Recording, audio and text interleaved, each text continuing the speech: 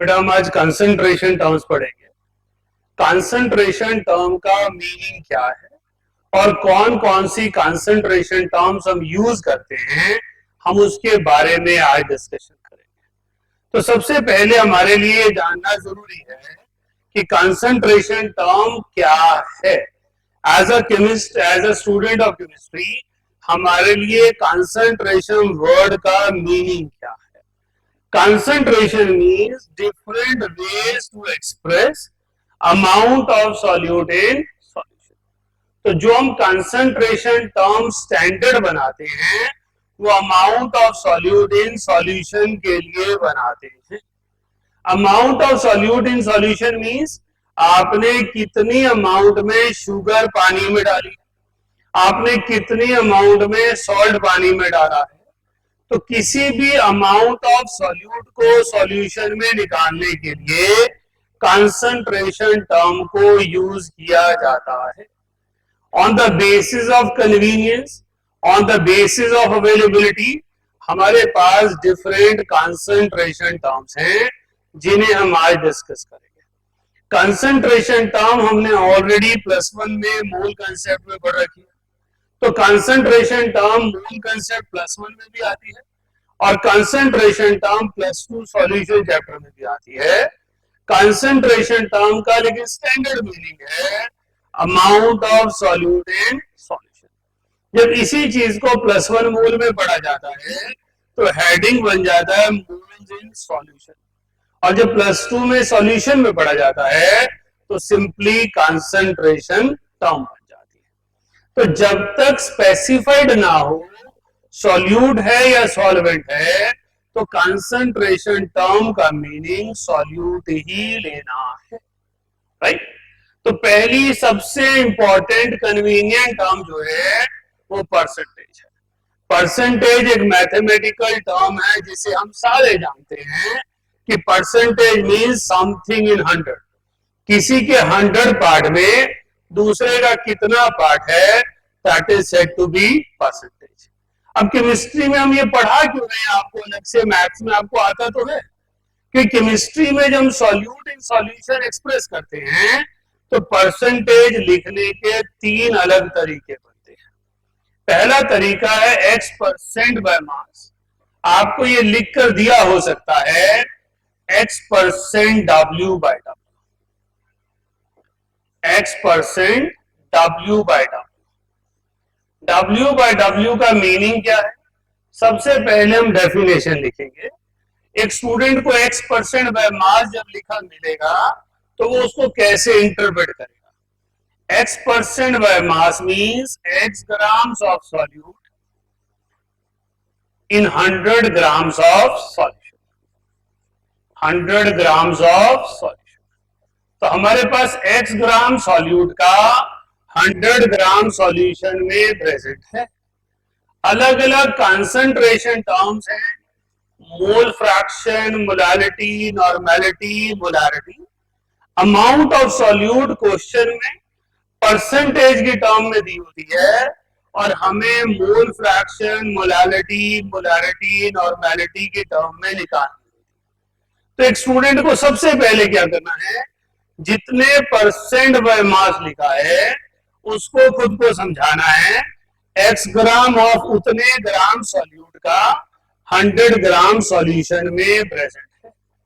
तो for the purpose of calculation हमें चाहिएगा वेट ऑफ सॉल्यूट। तो सॉल्यूट का वेट कितना हो गया, जितना परसेंटेज है। हमें चाहिए वेट ऑफ सॉल्यूशन, क्योंकि परसेंटेज दिया है तो वो सारा वेट 100 ग्राम सॉल्यूशन में है। हमें मोलालिटी के लिए और मोल फ्रैक्शन के लिए चाहिए होता है वेट ऑफ सॉल्वेंट। तो वेट ऑफ सॉल्वेंट हो गया 100 माइनस x ग्राम, और हमें मोलारिटी, नॉर्मेलिटी, स्ट्रेंथ के लिए चाहिए होता है volume of solution. Volume of solution को हम कैसे निकालेंगे, मास अपॉन डेंसिटी। तो आपको उन क्वेश्चंस में डेंसिटी गिवन होती है तो 100 अपॉन। तो बेटा जी जब आपको परसेंटेज गिवन हो, परसेंटेज बाय मास, लेट से क्वेश्चन में दे दिया 10% बाय मास, तो उसको मीनिंग क्या हो गया, एज ए स्टूडेंट में क्या डिफाइन करूंगा, 10 ग्राम of solute in 100 gram of solution. तो वेट ऑफ सॉल्यूट कितना हो गया, 10 ग्राम, वेट ऑफ सॉल्यूशन कितना हो गया, 100 ग्राम, वेट ऑफ सॉल्वेंट कितना हो गया, 100 माइनस एक्स ग्राम्स, और वॉल्यूम ऑफ सॉल्यूशन के लिए क्वेश्चन में डेंसिटी गिवन होगी तो 100 अपॉन डी से आ जाएगी। सेकेंड कंसंट्रेशन टर्म जो कन्वीनियंटली यूज होती है, कॉमनली यूज होती है, वो है x% by mass by volume. इसको ऐसे भी लिखा होता है x% W बाय। अब इसको अगेन डेफिनेशन से स्टार्ट करेंगे। x gram of solute in 100 millilitre of solution. अब यहां नोटवर्दी फीचर क्या है, 100 तो वहां भी था, 100 यहां भी है। यहां सॉल्यूशन का वेट है, सॉल्यूट का वेट है और सॉल्यूशन का वॉल्यूम है। सो x gram is present in 100। हम कंफ्यूज ना हो, मिक्स ना करें, इसलिए मैं x की जगह यहां पर a कर देता हूं ताकि x और x हमारे लिए अलग क्वांटिटीज रहे। तो ये a ग्राम हो गया। सो a gram of solute in 100 millilitre of solution. तो मेरे पास जो मास ऑफ सॉल्यूट है, जो मास ऑफ सॉल्यूट है मुझे कहीं भी चाहिएगा, उसको मैं लिखूंगा a gram. Mass of solution, क्योंकि मास ऑफ सॉल्यूशन गिवन नहीं है तो वॉल्यूम इनटू डेंसिटी करूंगा तो वो 100d हो जाएगा। और मास ऑफ सॉल्वेंट मेरे पास 100d माइनस a ग्राम हो जाएगा। तो इन दोनों कंसंट्रेशन टर्म्स में फंडामेंटल डिफरेंस क्या आया, एक परसेंटेज बाय मास थी, एक परसेंटेज मास बाय वॉल्यूम है। परसेंटेज बाय मास है तो सॉल्यूट का भी मास है और सॉल्यूशन का भी मास है। परसेंटेज मास बाय वॉल्यूम है तो सॉल्यूट का मास है और सॉल्यूशन का वॉल्यूम है। तो a% mass by volume means, इसको सबसे पहले आपने हर क्वेश्चन करने से पहले डेफिनेशन लिखनी, फिर आपको ये mass of solute, solution, solvent, volume क्यों लिखवाए हैं, क्योंकि परसेंटेज के टर्म में अमाउंट दी होगी और पूछा मोलालिटी, मोलारिटी, नॉर्मेलिटी, फॉर्मेलिटी, मूल फ्रैक्शन के टर्म में होगा। तो वहां पर गिवन क्वेश्चन को आपको कैसे एनालाइज करना है, मास क्या लेना है, वॉल्यूम क्या लेना है, किस डाटा को यूज करना है, वो आपको सिखाएगा। एक रेयर परसेंटेज है जो सिर्फ एक्चुअल सॉल्यूशन में दी जाती है, x% by volume. It means x% v by. जो मैं करवाने जा रहा हूं ओनली फॉर एक्वस सॉल्यूशन है। एक्वस सॉल्यूशन के अलावा और कुछ दिया ही नहीं होता, दिया भी होगा तो यहीं से इंटरप्रेट कर लोगे, समझ आ जाएगा। इसको भी x की जगह हम क्या करते हैं, b कर लेते हैं। So it is b% by volume, so we have b% v by. तो मेरे पास यहां पर मैं क्या लिखूंगा, इसको पहले डिफाइन करूंगा, b millilitre of solute in 100 millilitre of solution. हमारा आज का टारगेट कंसंट्रेशन टर्म को पढ़ना है, यूज कैसे करना है वो बाद में समझेंगे। पहले हमें एज अ स्टूडेंट 2 बार 3 बार खुद को समझाना है कि कंसंट्रेशन टर्म ये लिखी हो तो उसका ये मीनिंग है। तो b millilitre of solute in solution, हमें सॉल्यूट का वॉल्यूम कभी नहीं चाहिए होता किसी क्वेश्चन में, तो सबसे पहले हमने किया weight of solution. Weight of solution के लिए आपको डेंसिटी गिवन होगी क्वेश्चन में 100 डिग्री, राइट। फिर आपके पास आ गया wait of solvent, weight of solvent is equals to volume of solvent, as solvent is water where density is assumed to be 1 gram per minute. इसीलिए मैंने ऊपर लिखा कि ये आपके पास एक्वा सॉल्यूशन पे लगना है. वाटर की डेंसिटी 1 जो है वो हर टेम्परेचर पे नहीं होती, लेकिन हम जिस टेम्परेचर पे पढ़ते हैं हम एज्यूम कर लेते हैं कि वो 1 है. तो मास ऑफ सॉल्वेंट हो गया मेरे पास 100 माइनस बी. ये बेसिकली वॉल्यूम था, लेकिन हमने मास कंसीडर किया.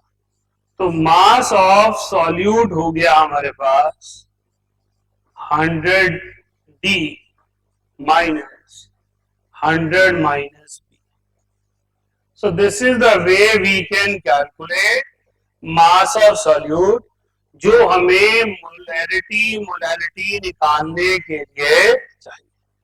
तो मेरे पास percentage is a very important concentration term. Mode of expression is percentage. It will be given to you as percentage by mass, percentage W by W. It will be given to you percentage mass by volume and mass percentage by volume. यहां पर बच्चों एक काम करना है, इसको एक box जैसा बना दो या इसको हाईलाइट कर लो. इसको इस तरह से कर लो कि मुझे इस चीज के बारे में ज्यादा सोचना है कि एक्वा सॉल्यूशन नहीं होगा तो परसेंटेज बाय वॉल्यूम को मैं अप्लाई सीधा सीधा नहीं कर पाऊंगा. सो it is a concentration term only use for aqua solution. इसके बाद बेटा यहाँ कंसंट्रेशन टर्म में अगली कंसंट्रेशन टर्म मोल फ्रैक्शन आ जाती है.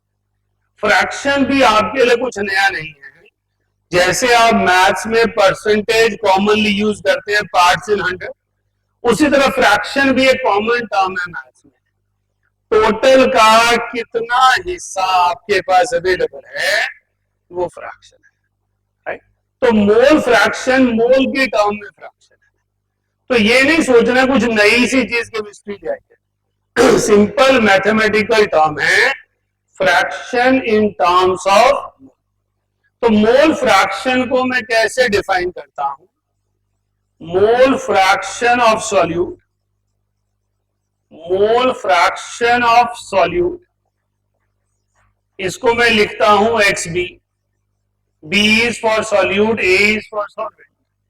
तो mole fraction of solute is number of moles of solute divided by total number of moles in solution.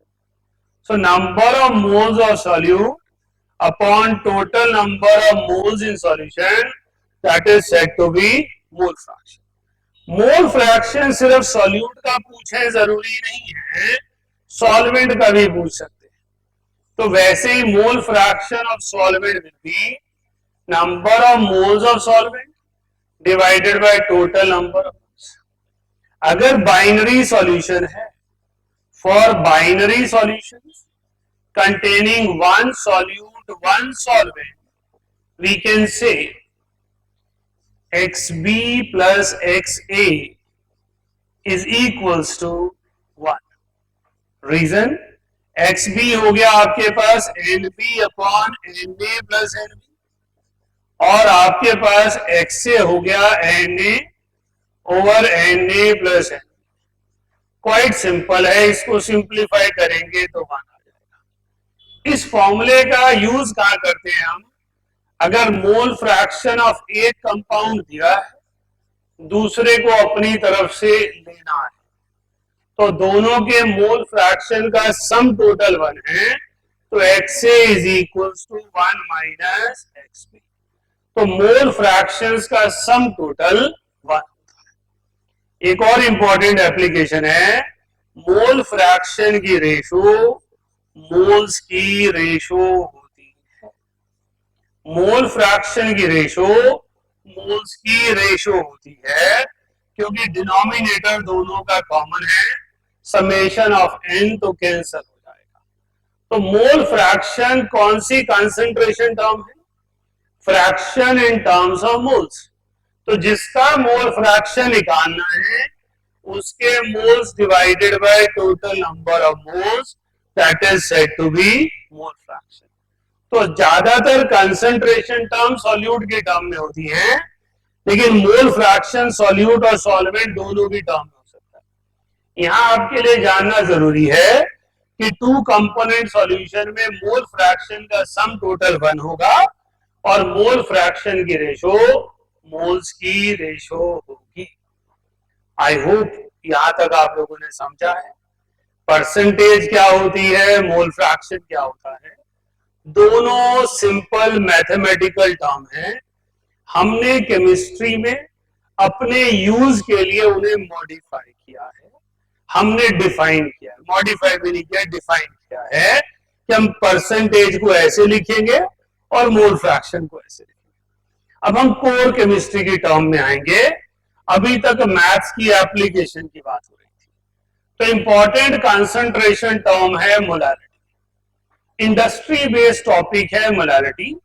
इसको रिप्रेजेंट किया जाता है स्मॉल m से। तो मोलारिटी क्या होती है? Molarity of solution, molarity of solution is defined as number of moles of solute, number of moles of solute dissolved per kg of solvent, weight of solvent in kg। तो यहां underline करने लायक, highlight करने लायक है solvent. हम यहां जो मास ले रहे हैं वो सॉल्वेंट का ले रहे हैं। सॉल्यूट तो सारे क्वेश्चंस में कॉमन ही रहता है, तो इसको हम ऐसे लिख सकते हैं, number of moles of solute upon weight of solvent in KG.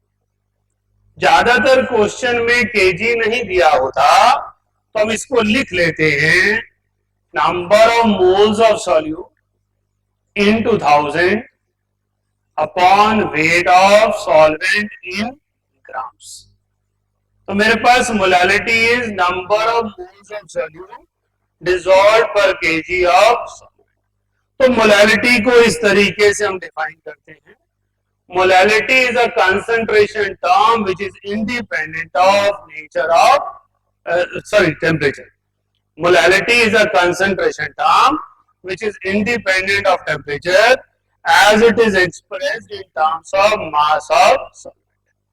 अब क्वेश्चन आ जाता है, मोलालिटी गिवन है, मोल फ्रैक्शन निकालना है। मोलालिटी गिवन है, मोल फ्रैक्शन निकालना है। एग्जामिनर ने आपको कह दिया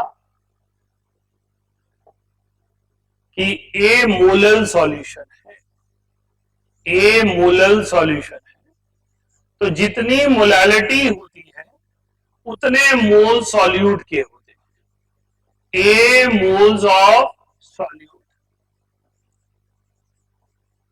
इन 1000 ग्राम ऑफ सॉल्वेंट। तो हमारे पास जब हम मोलालिटी लिखेंगे, जितनी मोलालिटी होगी उतने मोल सॉल्यूट के 1000 ग्राम ऑफ सॉल्वेंट में प्रेजेंट है। तो इसका मतलब number of moles of solute A हो गए, या डायरेक्टली मोलारिटी लिख दी मैंने, number of moles of solvent given weight upon gram molecular weight हो गया। नाउ मोल फ्रैक्शन क्या होता है? Mole fraction is number of moles of solute upon number of moles of solute plus solvent. तो number of moles of solute molarity है, moles of solvent 1000 upon MA, और moles of solute again molarity है। तो हमारे पास एक relationship establish हो गया, molarity into molecular mass of solvent upon 1000 plus molarity into molecular mass of solvent, that is equals to mole fraction of solute. That is equals to mole fraction of, तो आपको मोल fraction निकालना है, molality given है, तो directly आप use कर लीजिए।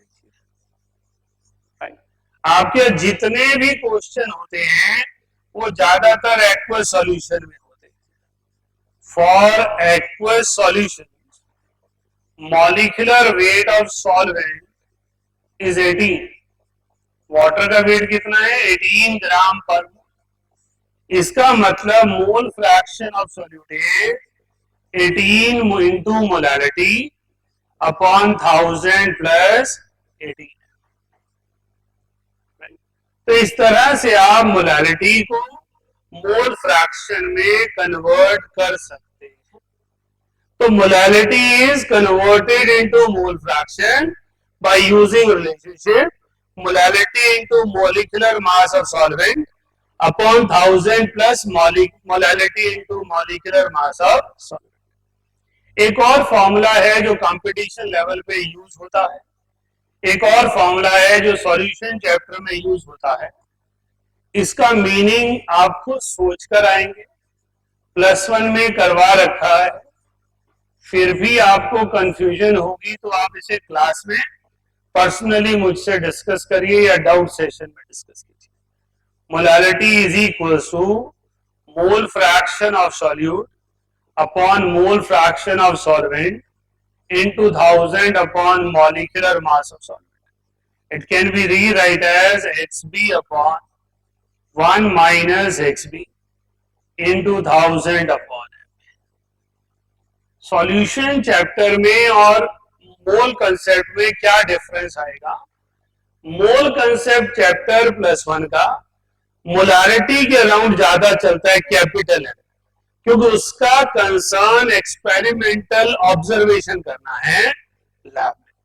वहां पर मेरे पास volume of beaker, volume of pipette, volume in unit बता होती है। यहां कंसर्न इंडस्ट्री को समझना है, इंडस्ट्री कैसे कैलकुलेशन कर रही है, मॉलिक्यूलर मास ऑफ पॉलीमर कैसे कैलकुलेट हो रहा है, मॉलिक्यूलर मास ऑफ बायोमॉलिक्यूल कैसे कैलकुलेट हो रहा है, नेचर ऑफ सॉल्यूट और सॉल्वेंट इन सॉल्यूशन कैसे हो रही है, कोई मेडिसिन बॉडी में इंजेक्ट करनी है या सॉल्यूशन तैयार करना है तो उसका बिहेवियर कैसा होगा।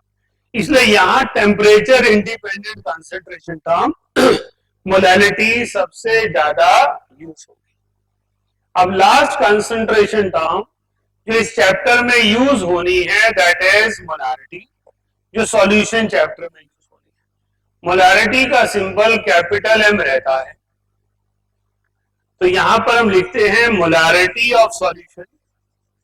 अगर कोई हमसे पूछता है what is molality of solution, तो हम कहते हैं molality of solution is number of moles of solute upon volume of solution in litres. जैसा पिछले में किया था, मिलीलीटर में दिया होगा तो 1000 से मल्टीप्लाई कर दूंगा। अब ज्यादातर क्वेश्चन में कंसंट्रेशन परसेंटेज में दी होती है और मोलैलिटी मांग ली होती है, मोलैलिटी मांग ली होती है। तो अब हमने परसेंटेज में क्या लिखा था? X% by mass. इसमें हमने कहा था कि जो हमारे पास मास ऑफ सॉल्यूट है वो X है और जो वॉल्यूम ऑफ सॉल्यूशन है वो 100/D है। अब इन दोनों फॉर्मूलाज को यहां पर लगाकर, इन दोनों वैल्यूज को यहां पर लगाकर मैंने मोलैलिटी का रिलेशन निकाला, X upon molecular mass of solute into 1000 upon 100 into. तो हमारे लिए एक फॉर्मूला रेडी हो गया 10xD बाय। तो जब भी मुझे मॉलिक्यूलर मास ऑफ सॉल्यूशन, जब भी मुझे मोलैलिटी ऑफ सॉल्यूशन निकालनी है और परसेंटेज गिवन है तो मैं 10xD बाय MB यूज करूंगा।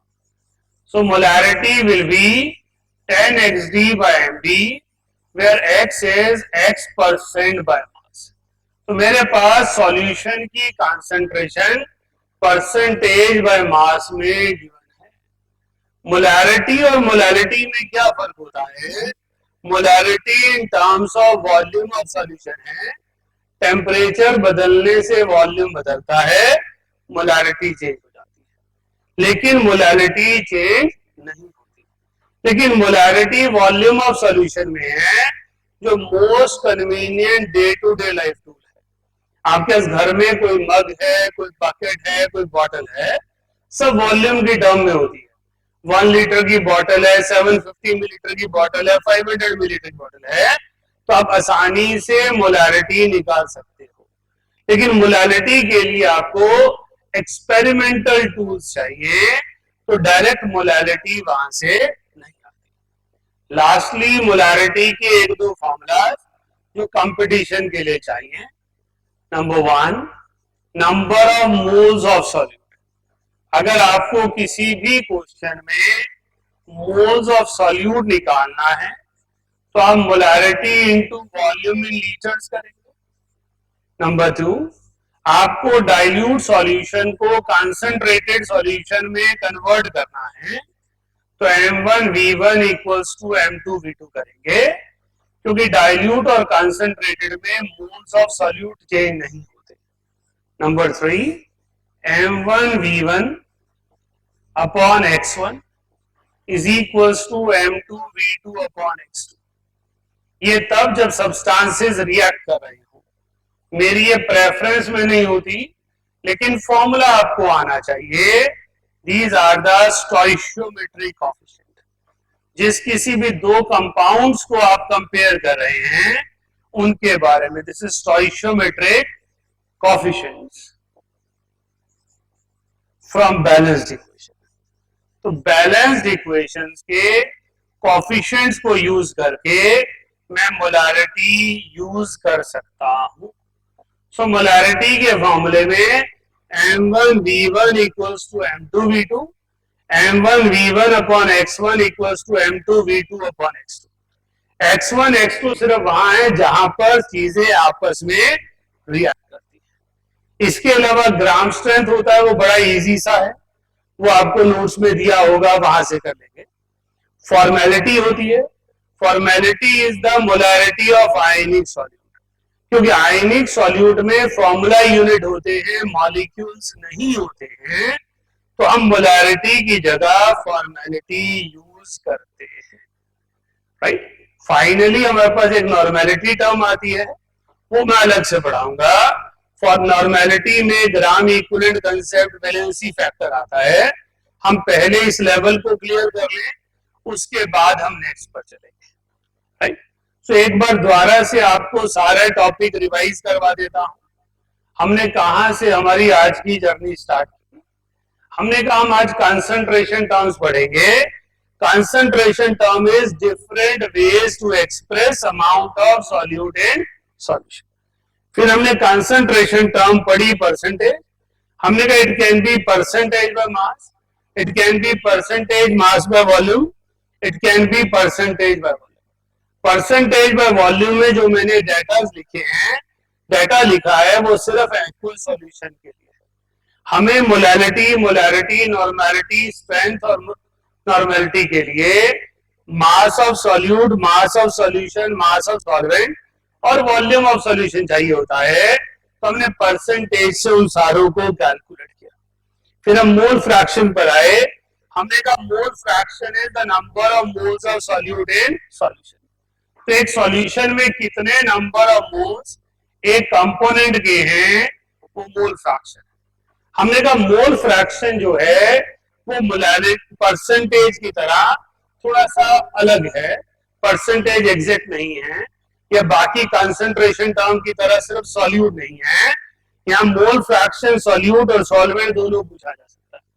तो जिसका पूछा हो, number of moles divided by total number of moles.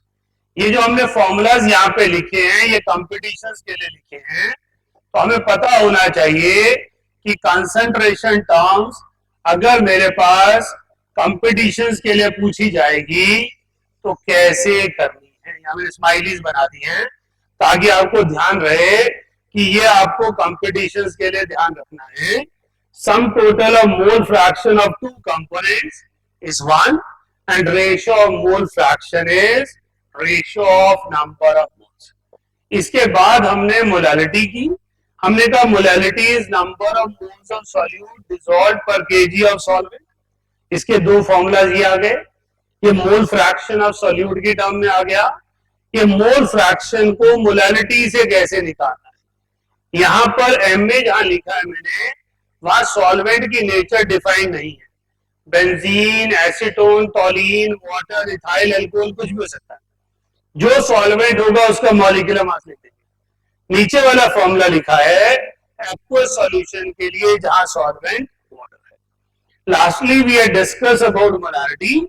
हमने कहा molarity is most practical term which can be calculated in day to day life.